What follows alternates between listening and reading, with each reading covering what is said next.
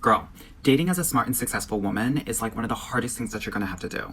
Now, I just finished watching season 2 of UnPrisoned on Hulu, and it was amazing. I loved it. Now, obviously, we have our girl Kerry Washington, legend Delroy Lindo, and HOTT hot John Stamos. Yes, girl, yes.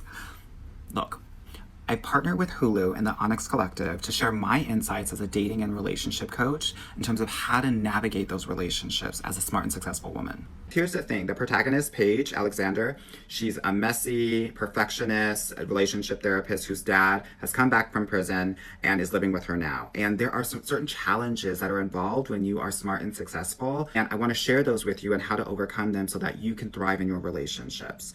Now, this series is amazing, but it holds a special place in my heart because my dad was also incarcerated. And I think that watching this show can really help you because if you've had an emotionally or physically absent parent, you will also resonate with this show so much.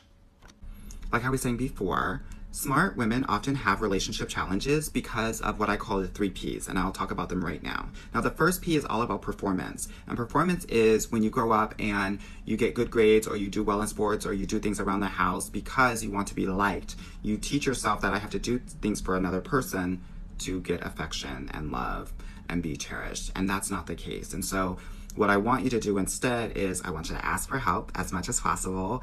And I want you to set boundaries when you start to feel like, I don't like what I'm doing, and you're doing things based on obligation versus pleasure.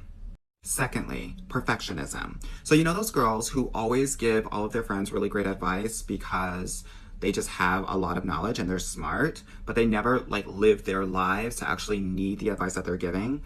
This is often the case for perfectionist individuals. And perfectionism is really wanting to be obviously perfect, but really sensitive to criticism and only do things that they're really good at, and they never take chances. And so what I want, if you consider yourself a perfectionist, I want you to do the things that you're not necessarily good at. Be a little messy. And I think Paige does an amazing job of this because when you are perfectly and perfectly human, you will actually relate to others much better than if you are perfect. You'll be admired. You'll never be truly loved and related to. And this is important if you want to have a certain level of deep connection and intimacy in your relationships.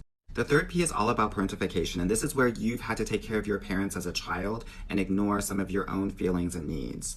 Now, what I love about this show is that it has certain scenes of how to exactly speak to your inner child and engage her in a way that is soft and gentle.